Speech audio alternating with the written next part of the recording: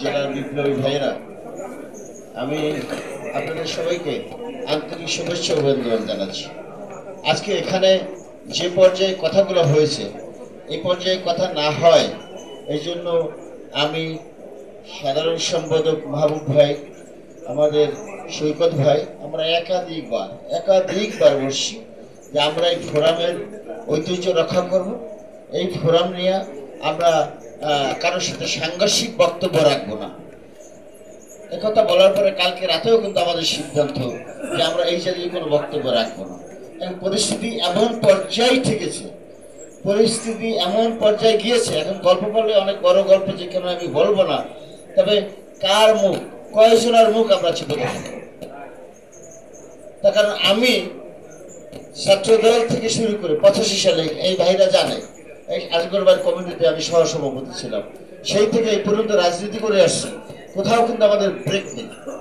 আমরা ছাত্রদল করছি, আমরা যুবদল আমি করি না, অবশ্য তারপর থেকে আমি বিএনপি করেছি।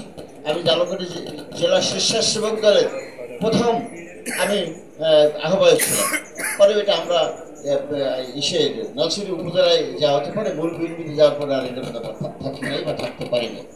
যেভাবে হোক, এখন জালকাঠি জেলা বিএনপি এমন পর্যায়ে আছে যে আমি সেই কমিটির একজন সদস্য আমি নাই।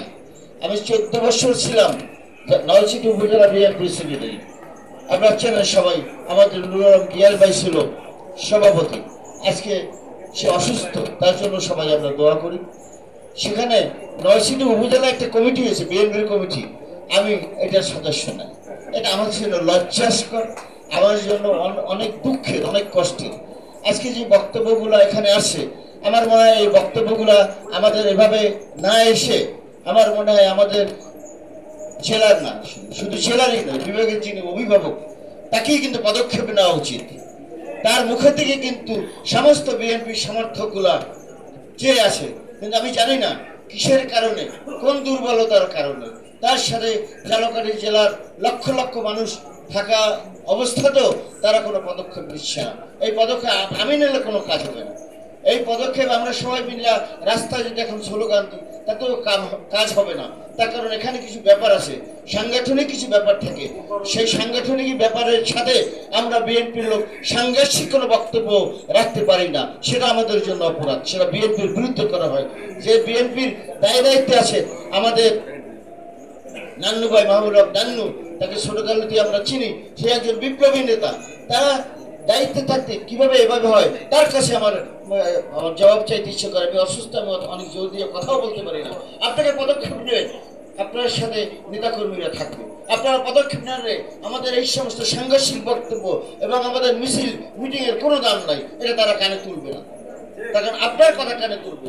আপনারা স্কাইপে যান, আপনারা আমাদের প্রিয় নেতার সাথে কথা বলার সুযোগ পান, আপনারা মহাসচিবের সাথে কথা বলার সুযোগ পান, আপনার দেশনেত্রী বেগম খালেদা জিয়ার সাথে আপনারা কথা বলার সুযোগ পান, কিন্তু আপনার নিজের এলাকার কথা আপনি কেন বলতে পারেন না?